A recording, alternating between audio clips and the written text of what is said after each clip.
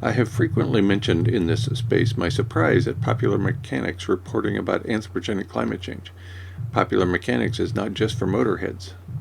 Popular Mechanics has done it again, albeit not about anthropogenic climate change. This time, the story is about the discovery of a new species of human.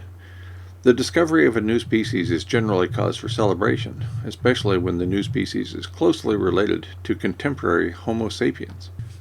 From Popular Mechanics on the 19th of July 2025 comes an article headlined, "Scientists discovered a new human species that defies conventional wisdom." The clever subhead, quote, "Welcome to the family," end quote. The article opens with a section titled, quote, "Here's what you'll learn when you read this story," end quote.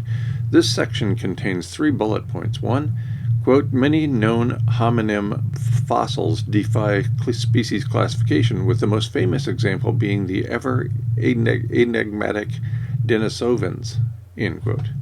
2, quote, "A study by anthropologists from the Chinese Academy of Sciences and the University of Hawaii suggests that many of these anthropological mysteries might in fact be members of a new species, Homo juluensis," end quote. And 3, quote, "This potential breakthrough occurred when the researchers were devising a new organizational system for fossils and discovered similarities among certain cranial and dental fossils, all with distinct differences from other hominin species," end quote.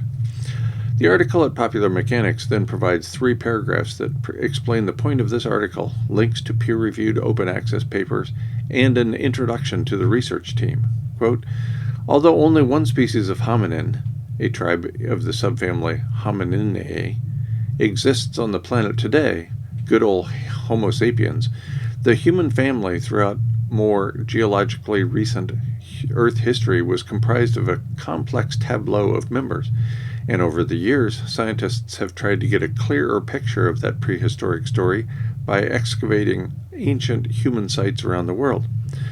Now, anthropologists from the Chinese Academy of Sciences and the University of Hawaii are illustrating a previously unknown, or rather uncategorized, chapter of that story with the introduction of a new human species, H. juluensis.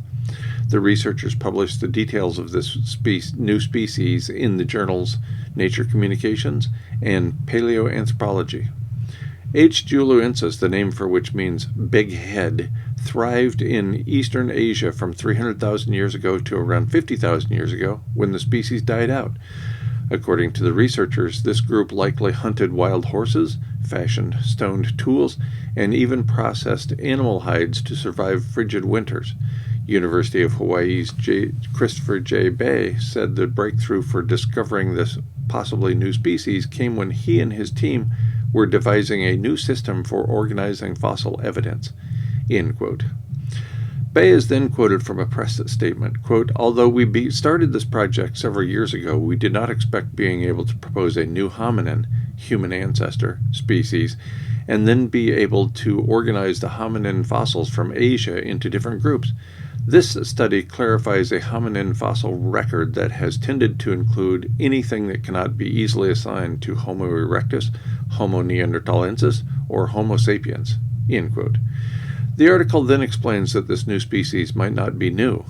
Quote, "One possible member of the new species, H. juluensis, isn't a newcomer to science by any stretch. Denisovans, first identified in 2010 via DNA extracted from a young girl's finger bone found in Siberia, have never been given a species classification, but Bay believes they could belong to this new species. H. juluensis also potentially solves another mystery of the Zhujiazhou hominin fossils, which have long perplexed researchers as the remains display a mix of H. erectus and H.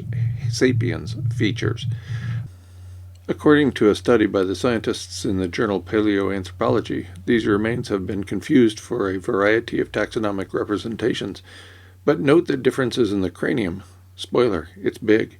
The teeth and jaws and a few other features denote a new species represented in fossil remains, including Penghu 1, jawbone, Jihei, mandible, Zhu Chang, partial crania, and a variety of Denisoval fossils.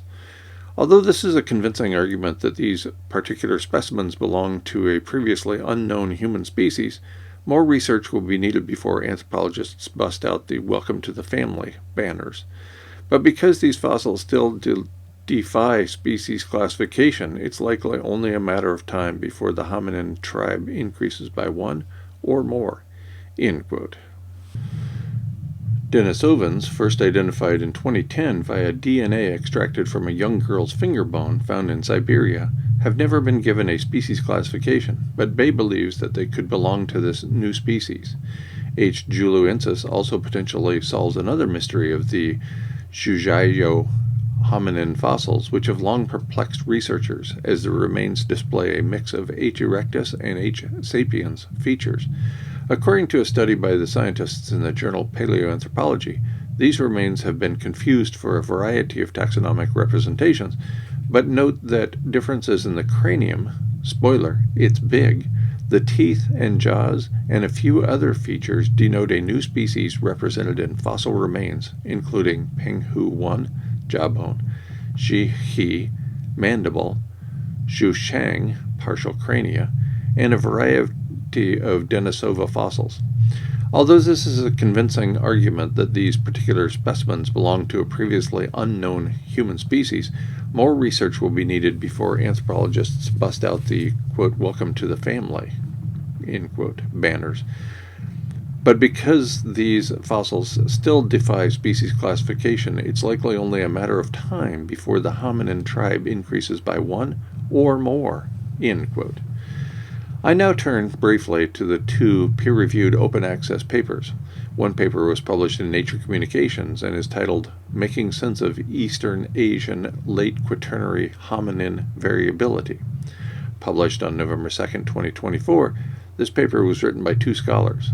The short abstract provides a short overview of the relatedness of various species. Quote, "A greater degree of late quaternary hominin morphological variability is present in Eastern Asia than previously assumed.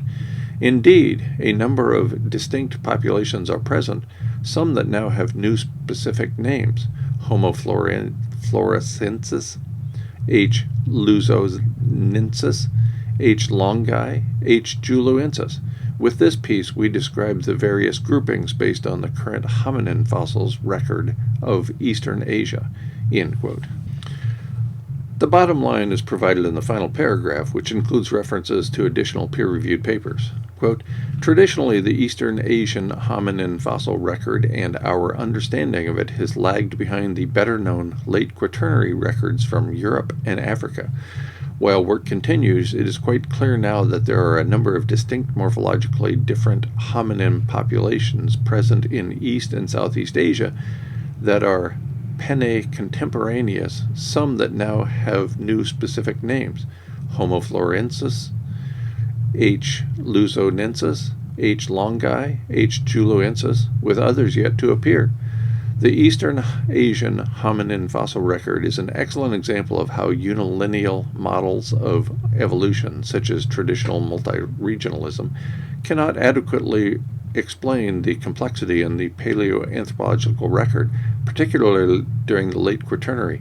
If anything, the Eastern Asian record is prompting us to recognize just how complex human evolution is more generally, and really forcing us to revise and rethink our interpretations of various evolutionary models to better match the growing fossil record." End quote.